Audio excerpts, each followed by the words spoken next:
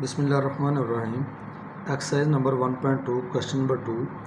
उसके बेटे दो पार्ट्स रहते थे हमारे पास 8 और 9। ये देखें जी, पार्ट नंबर 8 क्या है आपके पास 3 rays power 9 multiply by 9 rays power n plus 1 over 3 rays power n minus 1 multiply by 9 rays power n minus 1। बेटे बिल्कुल सेम उसी तरह अब हम क्या करेंगे, 9 के बेटे फैक्टर बनाएंगे।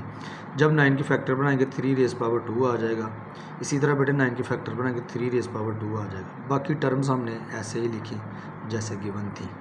उसके बाद क्या है रूल हमारे पास कि जब पावर के ऊपर पावर आ जाए तो पावर्स आपस में क्या होती हैं, मल्टीप्लाई होती हैं। तो 2 बेटे मल्टीप्लाई होगा n से भी और 1 से भी, ये आ जाएगा 2n प्लस 2 1 ज़ा 2। इसी तरह 2 बेटे 2n माइनस 2 1 ज़ा 2। पावर्स को हमने मल्टीप्लाई कर लिया तो हमने क्या देखा कि बेसिस सेम है और दरम्यान में कौन सा साइन है, मल्टीप्लाई का। बेसिस सेम हो, दरम्यान में मल्टीप्लाई का साइन हो तो पावर्स बेटे क्या होती हैं, ऐड। ये देखिए मैंने यहाँ पर आप लोगों को समझाने की कोशिश की है कि अगर आपके पास बेसिस सेम हो, दरम्यान में मल्टीप्लाई का साइन हो तो पावर्स बेटे ऐड होती हैं। ठीक है, ऐसा भी हो सकता है कि वो आपको इस सूरत में दे, तो इसको हम कैसे करेंगे अलग, ये देखिए जी कैसे अलग करेंगे। ये बेटे आ जाएगा a रेज़ पावर 2। तो ये देखिए ज़ाहिर इसको अलग करना है ना, दोनों ये दोनों पावर्स को हमने अलग अलग करना है जैसे ये लिखा हुआ। तो दरमियान में क्या आ जाएगा, मल्टीप्लाई। तो a रेज़ पावर क्या आ जाएगा बेटे 3।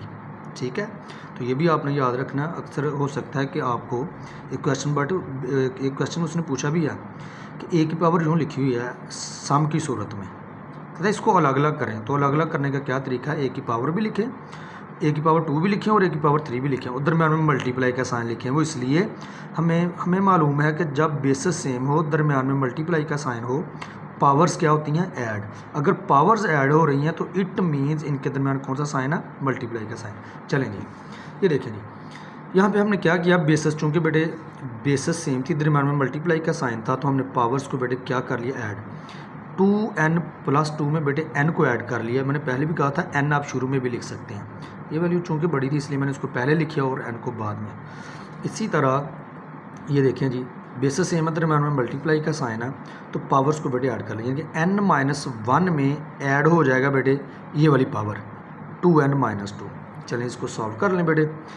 2n प्लस 1n ये बेटे 3n हो जाएगा। ठीक है, प्लस 2 ओवर, अब नीचे ये देखें, ये आ गया बेटे 2n प्लस n, ये आ जाएगा 3n माइनस 2 माइनस 1, ये बेटे आएगा माइनस 3।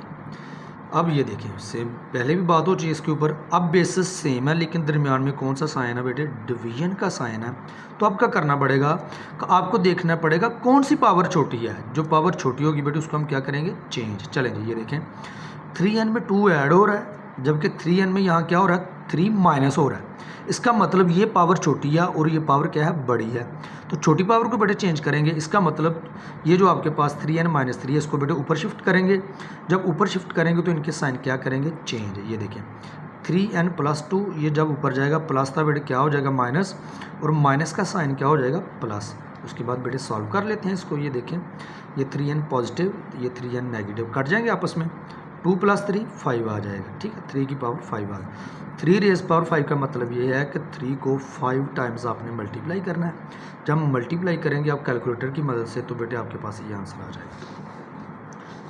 लास्ट पार्ट बेटे ये देखिए 5 rays power n plus 3 minus 6 multiply by 5 rays power n plus 1 over 9 multiply 5 rays power n minus 4 multiply by 5 rays power n।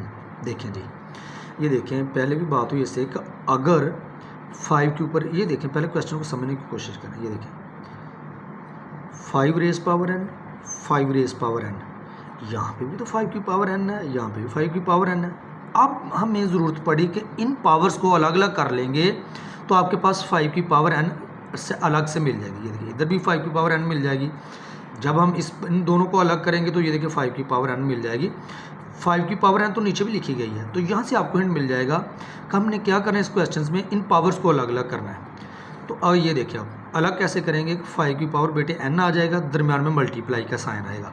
वो इसलिए क्योंकि हमें पता है कि पावर्स कब ऐड होती हैं, जब बेसिस सेम हो, दरम्यान में मल्टीप्लाई का साइन हो, तब पावर्स ऐड होती हैं। ठीक हो गया ना। इसलिए बेटे इसको जब अलग अलग करेंगे तो दरम्यान में मल्टीप्लाई का साइन आएगा। 5 की पावर बेटे 3 आ गया। आई होप आपको इसकी समझ आई होगी। चलिए आप देखें यहाँ पे ये बेटे आपके पास आ गए ये, इसको बेटे अलग अलग कर लें। 5 raise power n multiply by 5 raise power n multiply by 5 raise power 1। ये देखें ना, बेसिस सेम हो, दरम्यान में मल्टीप्लाई का साइन हो, पावर्स क्या होती हैं ऐड, n+1। इसका मतलब n+1 को यूँ लिखा जा सकता है। चलें जी, ये जो बेटे आपके पास नीचे टर्म्स थी इनको हमने ऐसे ही लिखा, एज इट इज़ लिखा। उसके बाद देखें, ये देखें यहाँ पे 5 raise power n 5 raise power n, ये बेटे हमने कॉमन ले लिया। जब हम कॉमन लेंगे तो आपके पास ये बाहर है तो बचेगा 5 raise power 3 minus 5 raise power n बाहर है, तो यहाँ से बेटे 6 और 5 आपके पास आ जाएगा। ये देखें 6 और 5 आपस में क्या हो रहे हैं, मल्टीप्लाई ओवर। ये देखें 5 raise power n 5 raise power n, तो 5 रेज पावर n बेटे कॉमन आ जाएगा, यहाँ से बेटे 9 बच जाएगा और यहाँ से 4 बच जाएगा। ठीक है, अब हम इसको सॉल्व कर लेते हैं बेटे। ये देखें ये आपस में कट जाएंगे। 5 रेज पावर 3 का मतलब ये है कि 5 को 3 टाइम्स मल्टीप्लाई करेंगे। 3 टाइम्स जब मल्टीप्लाई करेंगे तो बेटे आपके पास आंसर आ जाएगा 125 माइनस 6 5 30 ओवर 9 में से बेटे 4 कम करेंगे तो 5 आ जाएगा। इन दोनों को बेटे जब माइनस करेंगे तो आ जाएगा 95। ये बेटे कैंसिल हो रहे हैं, 5 1 5 19 5 95। तो ये बेटे आपके पास आंसर है।